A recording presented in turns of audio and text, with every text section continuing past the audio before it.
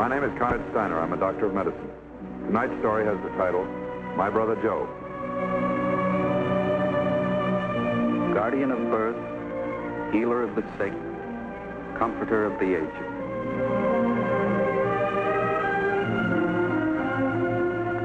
To the profession of medicine, to the men and women who labor in its cause, this story is dedicated.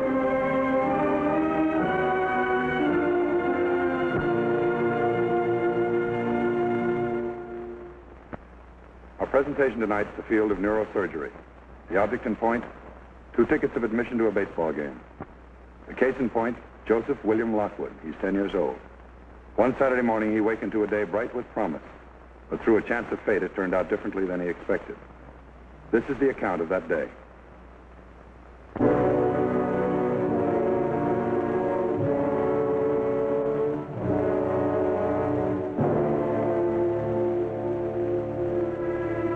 Excuse me.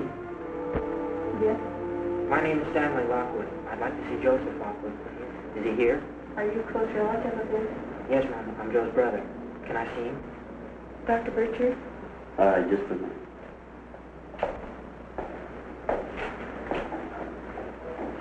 Joe? Joe? What's the matter? Do you know? Oh, you've got a good idea, son. He's pretty critical. He's had a severe head injury. Fractured skull? We haven't seen the x-rays yet. Actually, the most important problem isn't the damage to the skull, but to the brain. You see, many times there can be damage to the skull without any injury to the brain at all. You might compare it to a crate of glassware. There's no great harm done if the crate happens to be cracked or broken. It's the contents inside the crate you worry about. Anything I can do? If there is, we'll let you know. Okay. I'll be waiting outside here in the hall. Fine.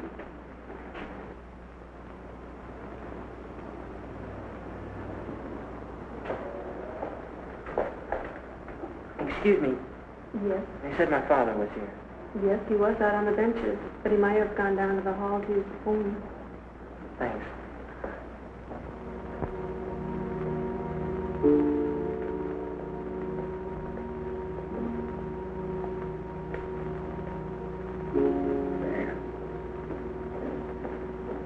Dan, how are you, son?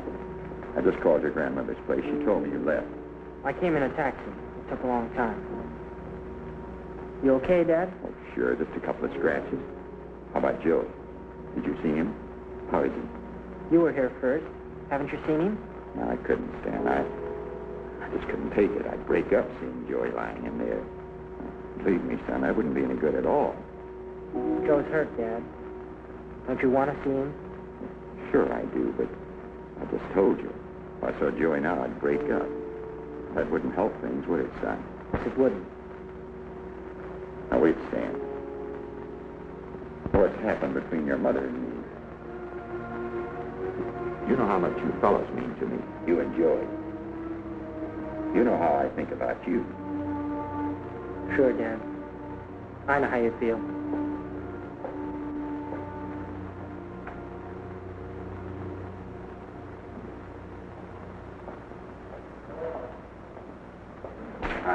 Hi, Jim.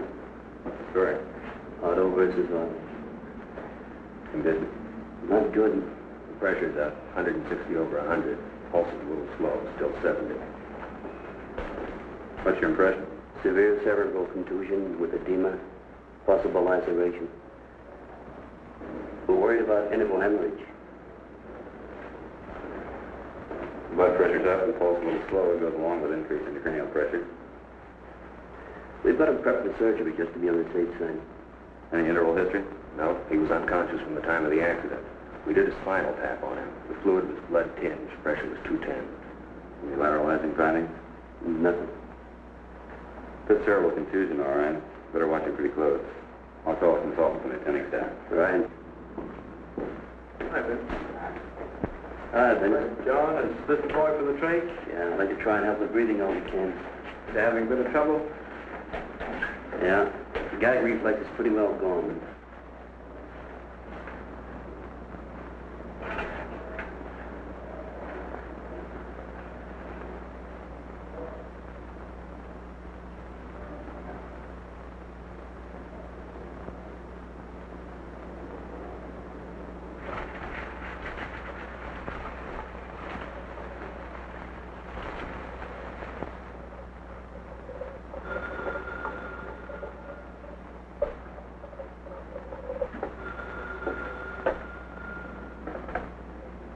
$5,900, Miss Swenson.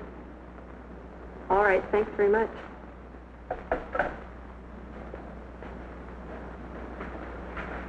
Dr. Bircher, the x-rays are ready on the way. All right, let's go. If anything happens, call us right away. All right, Doctor. Bye, nurse.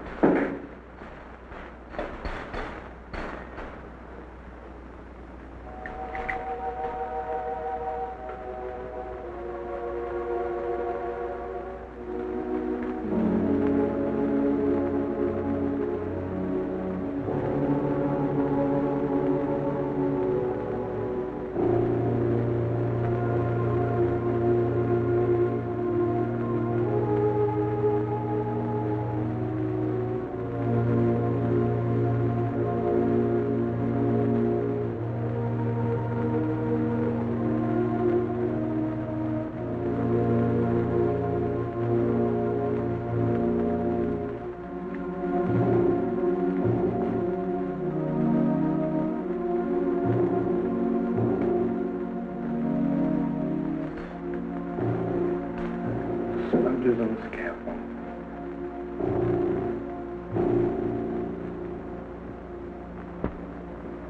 Oh, golly, Stan, you're getting big. I was just thinking it must be months since I've seen you. How do you like your new school? Get along all right? What happened, Dad? How'd you get in the wreck? Well, it's hard to explain, Stan. I wish I had an alibi. I haven't anything. I was speeding. There's no one to blame, just me. How'd you get in the wreck, Dad? I didn't have a drink, son. Not one. You can ask the doctors. I was speeding. It just happened. That's all. How did it happen? Well, I called your mother's lawyer yesterday. I said instead of my regular visiting day with Joy, I'd like to take him to Saturday doubleheader. The lawyer said all right, so I picked him up after lunch and went out to the ballpark. We had a lot of fun together. Joey kept asking about you, Stan. He looked just great. Well, it was a lot of fun. I must have forgot the time. I looked at my watch and I realized I'd have to hurry. I had this date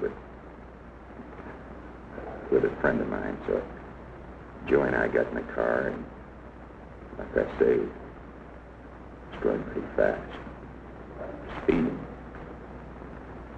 Car pulled out at an intersection. I swung the wheel over. I missed the car, but front wheel hit the curb and tire blew out. Lost control. Piled into a cement wall. Joey hit his head. Dashboard. That's all I can tell you, Stan. Okay, Dad. I just wanted to know how it happened.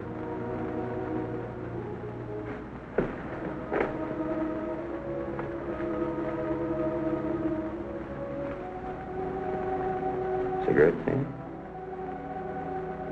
Or don't they agree with you? No thanks, Dad. I don't smoke.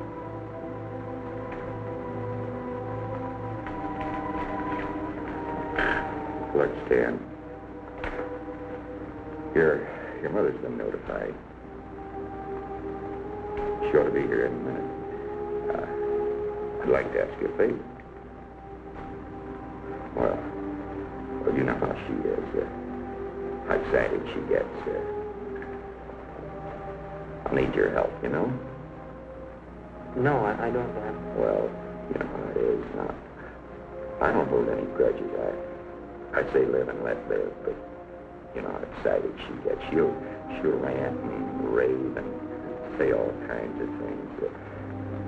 You'll help me, won't you, son? You understand?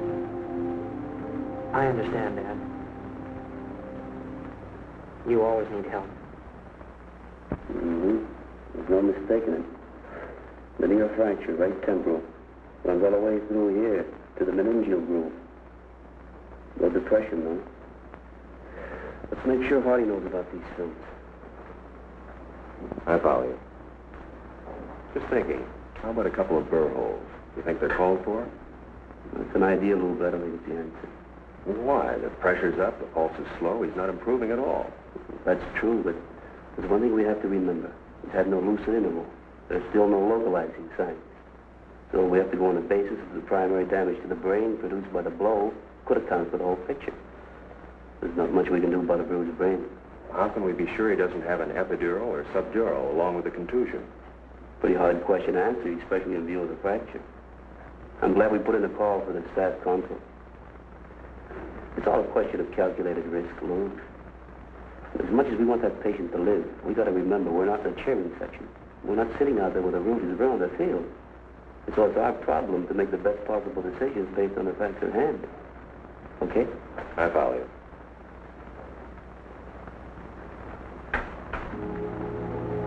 So the quiet, desperate struggle for the life of 10-year-old Joseph Lockwood continues.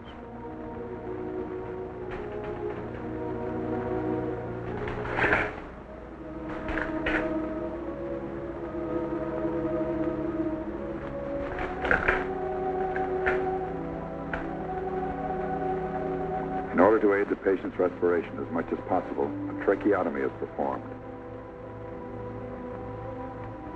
An opening is made in the cartilage of the trachea, or windpipe, and a metal tube is inserted down through this opening, so the patient is no longer breathing through his mouth, but through the temporary emergency device. In this way, the air passage is more easily kept clear of fluids which tend to collect and obstruct the patient's breathing.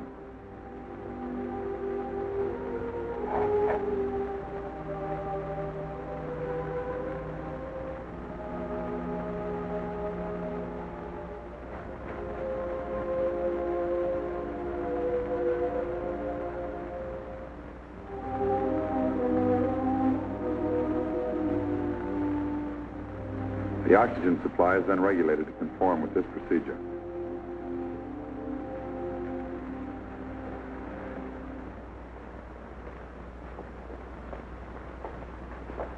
Well, that's it, Pierce. Yep.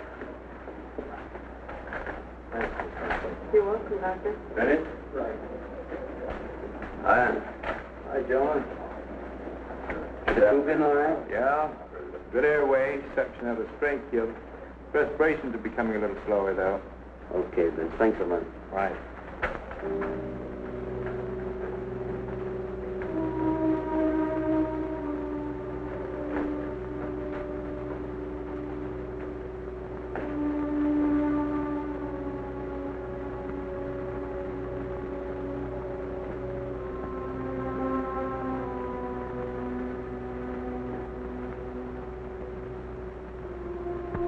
Stand.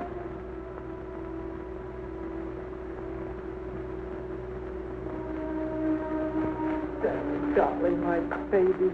It's such a long time. Now let me hold on to you for just a minute. Tell me not to worry. Tell me everything's going to be all right. I can't, Mother. Joe's hurt. There's no use pretending he's not. Is he badly hurt? The doctor said he's critical.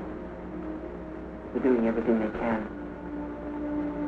Don't you want to see him? Maybe not right now, son. I'd like to rest a while. I'm not very strong, you know. Terrible strain. Hello, Lorraine. Grief.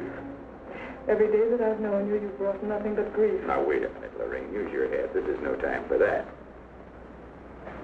Come and sit with me, Stanley. You've grown so tall, I hardly recognize you. Come and sit down. Talk to me. You make me feel so much better. It's a terrible strain. I need help. I need your help, Stanley. Come and sit down. Why do you worry about yourself, Mother? Joe's the one that's hurt, not you. Why don't you worry about him? Please, Stanley. Don't talk to me like that. Not now. Not with Joey in there. It's cruel. I don't know what it is at a time like this. I don't know what it is to be a mother. Just don't know. No, I guess I don't. You?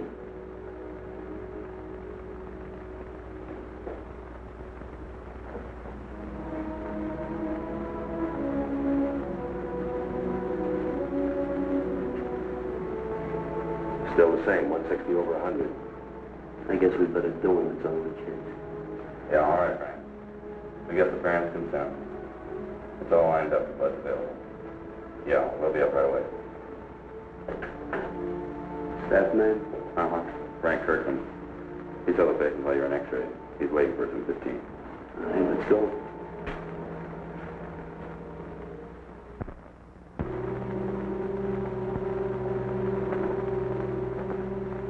What time is it, Stan? Oh, what's the stop? It's almost 5:30. Can I get you something, son? Maybe a cup of coffee, a sandwich, maybe. No, thanks, Sam. Nothing right now. Ask Mother. Maybe she'd like something.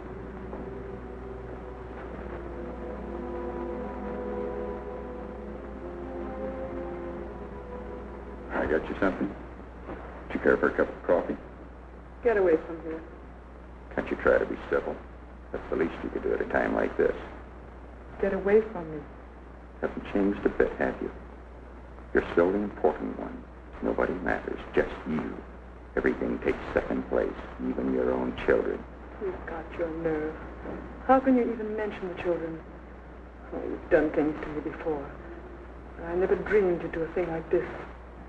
It's out of your mind. Do you think I meant to hurt Joe? What difference does it make what you meant? You did it. It's on your conscience. You could mention a few things that should be on your conscience. That is, if you have such a thing as a conscience. You've got your nerve. You of all people. You cared nothing for me. You cared nothing for the boys. You're not even a bad father. You're no father at all. And I suppose you're the loving mother. The loving, devoted mother. Don't make me laugh. You fool. You stupid, conceited fool. Be quiet. Stanley. Both of you, be quiet. If you can't act decent, then get out. Leave right now. I'll look after Joe. Wait a minute, son. He's done without you for a long time. We both have. We don't need either one of you. As far as I'm concerned, I don't care if I ever see you again. You can walk out that door and be gone forever. We're not going to miss you. You're supposed to be our mother and father. I don't understand you. I don't know you. I never did know you. Same for Joe. We've been so busy fighting that we never had a chance to know you. Go on, leave right now. Take your fighting outside. Go out and fight on the sidewalk. Stanley, please don't. Please, nothing. I've heard it all my life. I've heard all I want to hear. Fighting, arguing, calling names. Can't you ever be nice? Can't you act like a mother and father are supposed to act? Kids at school. Their folks are nice. They like each other. Why can't you be like them? Even now, Joey in there, all banged up. All you can do is fight and argue. I know what you're like now. I didn't want to, but I finally made up my mind. You don't care about Joe. You don't care about me. Well, that goes both ways. We don't care about either one of you. Go on, leave right now. You probably got things to do. Forget about me. Forget about Joe. And you can count on it. You can count on it for sure. We're going to forget about you. Once again, a most critical problem is met with a most critical decision. With the patient deteriorating and his coma deepening, the possibility of a blood clot, however slight, cannot be ruled out. There's little hope in performing the operation, but there's no hope at all if the operation is not performed.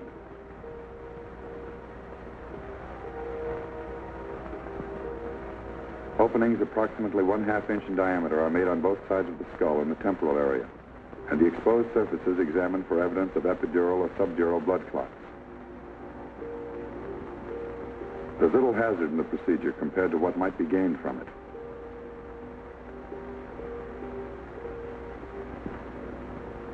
The struggle goes on, to the end, to the bitter, incontestable end.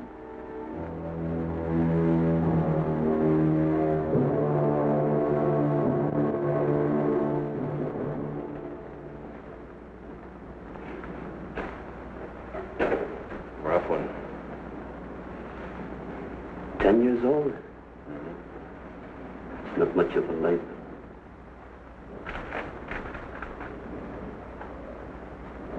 You gonna talk to folks? Yeah.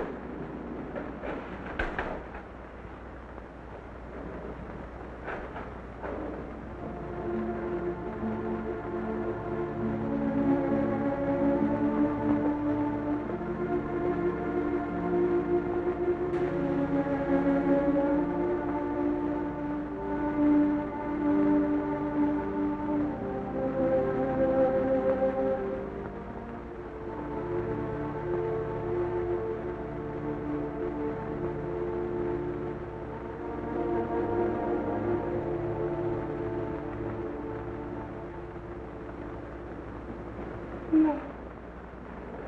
No, dear God. No.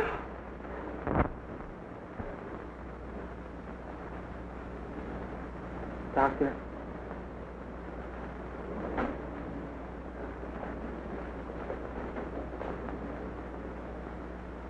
Did Joe wake up at all?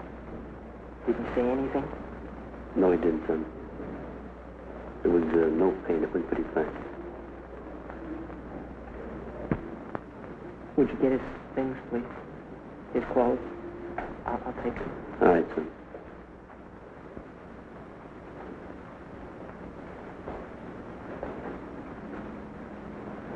Dad? Shall we go home? All right, son. Lorraine, we're going home, honey. Now, take it easy.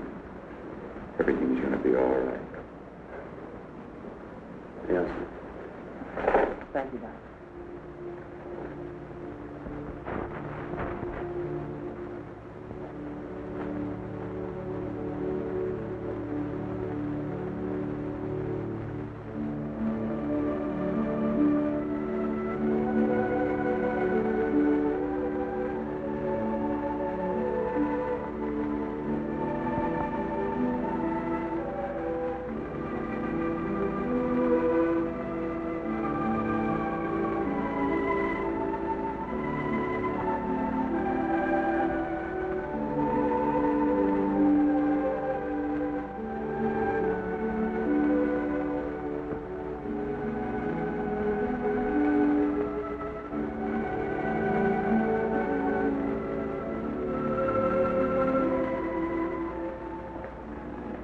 John, mind if I take off a little early? My kid's birthday today. I'd like to be home when he wakes up, see him open his present. Sure, go right ahead. You say hello to the wife for me, will you? Right. See you tomorrow, John. Thanks a lot. Oh, hey, Lou. Yeah? Just thought I'd remind you. What's that? Drive carefully, will you?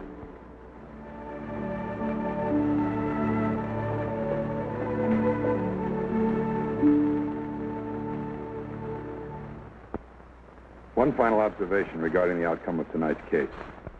A physician faced with the problem of managing a head injury received from a severe blow cannot always predict the outcome or determine at once the course of immediate and future treatment. Close observation and every therapeutic advantage is utilized in the hope that a tragedy such as this one can be averted.